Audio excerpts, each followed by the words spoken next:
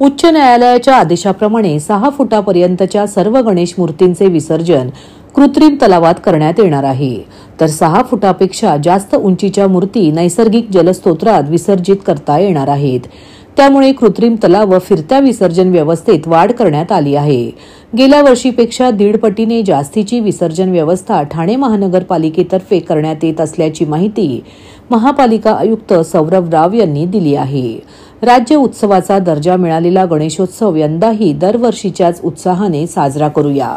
नागरिकांची कोणतीही गैरसोय होणार नाही याची काळजी घेऊन गणपती बाप्पाच्या आशीर्वादाने उत्सव निर्विघ्नपणे साजरा करूया, असे आवाहनही आयुक्त सौरभ राव यांनी केले आहे.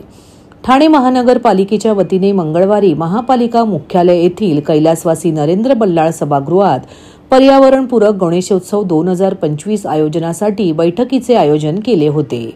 महापालिका आयुक्त सौरभ राव यांच्या अध्यक्षतेखाली झालेल्या या बैठकीला गणेशोत्सव मंडळाचे प्रतिनिधी, विक्रेते, महापालिकेचे अतिरिक्त आयुक्त प्रशांत रोडे, पोलीस उपायुक्त प्रशांत कदम, पोलीस उपायुक्त वाहतूक पंकज शिरसाट, महापालिका उपायुक्त मनीष जोशी, शंकर पाटोळे, मधुकर बोडके, दिनेश तायडे, सचिन सांगळे, मुख्य पर्यावरण अधिकारी मनीषा प्रधान यांच्यासह महापालिका, महावितरण, टोरंटो पॉवर, स्वयंसेवी संस्था यांचे प्रतिनिधी उपस्थित होते.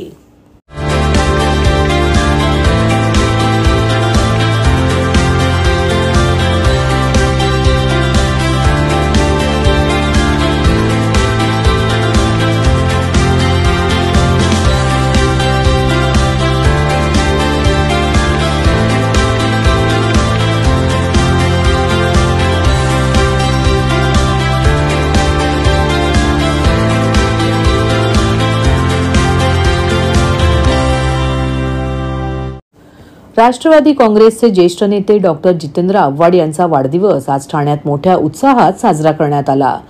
ठाण्याच्या काशीनाथ घाणेकर नाट्यगृहात आयोजित करण्यात आलेल्या या विशेष कार्यक्रमात ठाणे शहरातील 10वी व 12वीच्या परीक्षेत उल्लेखनीय यश मिळवणाऱ्या गुणवंत विद्यार्थ्यांचा सन्मान करण्यात आला.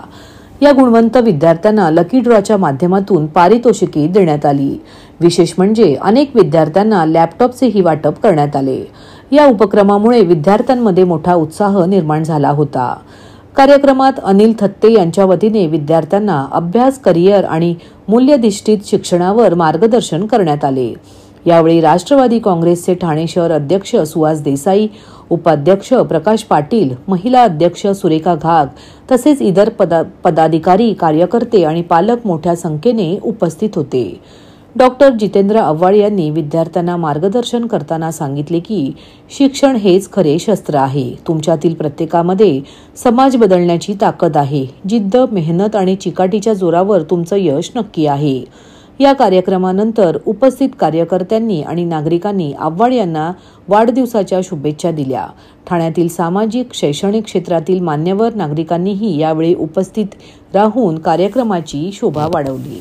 नागरिकांना आवाहन करण्यात येत आहे की सध्या डासांमार्फत पसरणाऱ्या डेंग्यू या आजाराचा प्रसार रोखण्यासाठी प्रत्येकाने पुढील प्रमाणे कार्यवाही करावी. डेंग्यू आजार एडिस इजिप्ती हा डास चावल्याने होतो.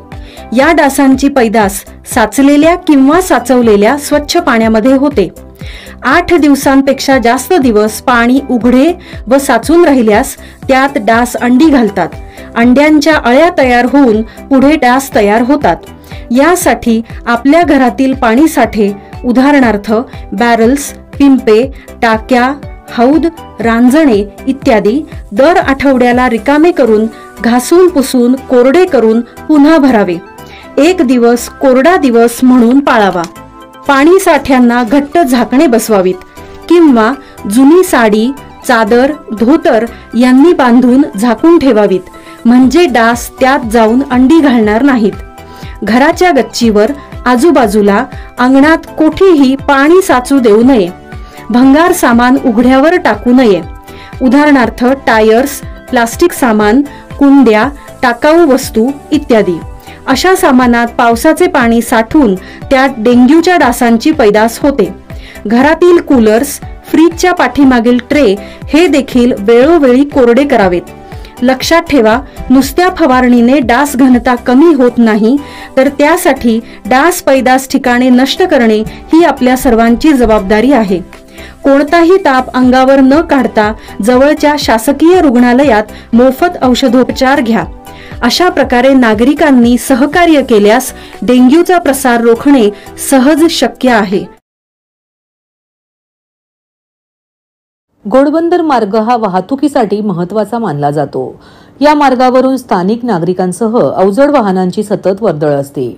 या मार्गावरील कोंडी कमी करण्यासाठी मुख्य आणि सेवा रस्ते जोडणीचे काम सुरू आहे.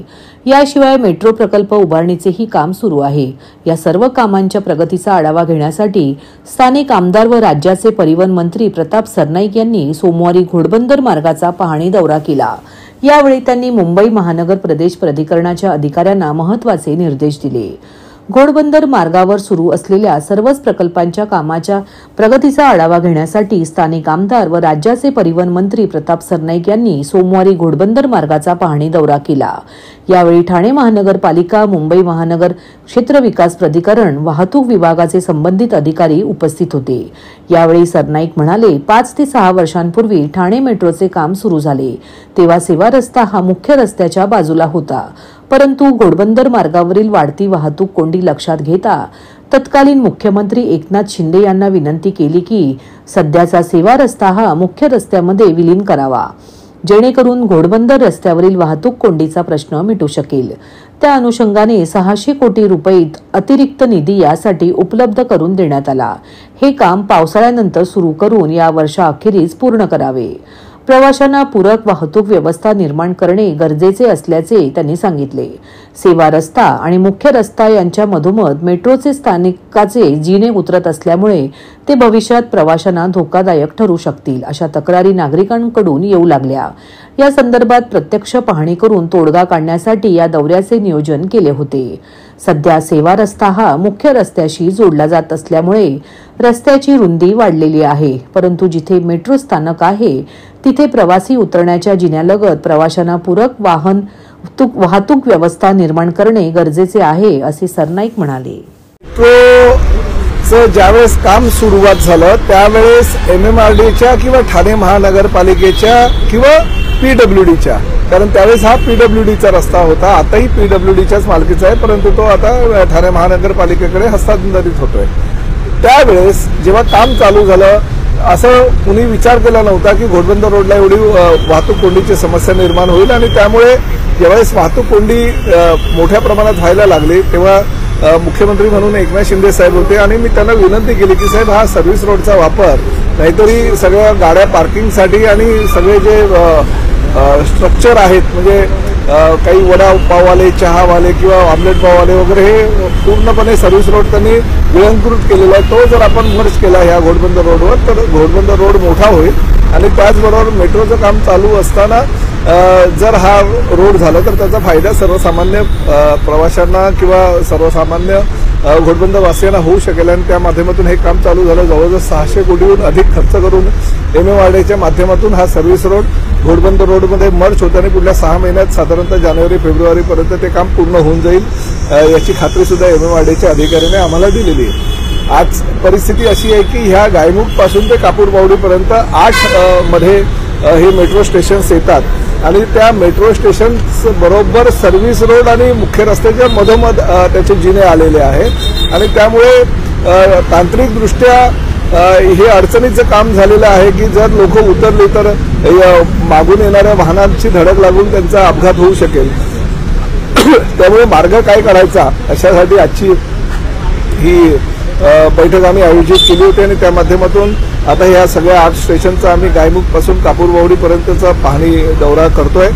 आणि त्यातनं एक मार्ग असा आम्ही काढतोय की ज्या ज्या ठिकाणी मेट्रो स्टेशन असेल त्या ठिकाणी ज्या गाड्या आहेत त्यांना आम्ही बंदी घालणार आहोत. तिकडे फक्त ST परिवहनच्या बसेस, मुंबई महापालिकेच्या बसेस आणि त्याचबरोबर रिक्षा या टॅक्सी ह्याच ज्या प्रवासी सेवा देणाऱ्या गाड्या आहेत त्यांना आम्ही परवानगी देणार आहोत. आणि त्यासाठी बस थांबा वगैरे किंवा रिक्षा स्टँड वगैरे निर्माण करणार आहोत जेणेकरून वाहनं मोठ्या प्रमाणात जर आली तर त्याची धडक लागून कुठलाही प्रवासी जो उतरणार आहे किंवा चढणार आहे त्याला त्रास होणार नाही अशा प्रकारची दक्षता घ्यायला MMRDAच्या अधिकाऱ्यांना आम्ही सांगितलेलं आहे आणि त्याचं प्रेझेंटेशन द्यायला सांगितलं.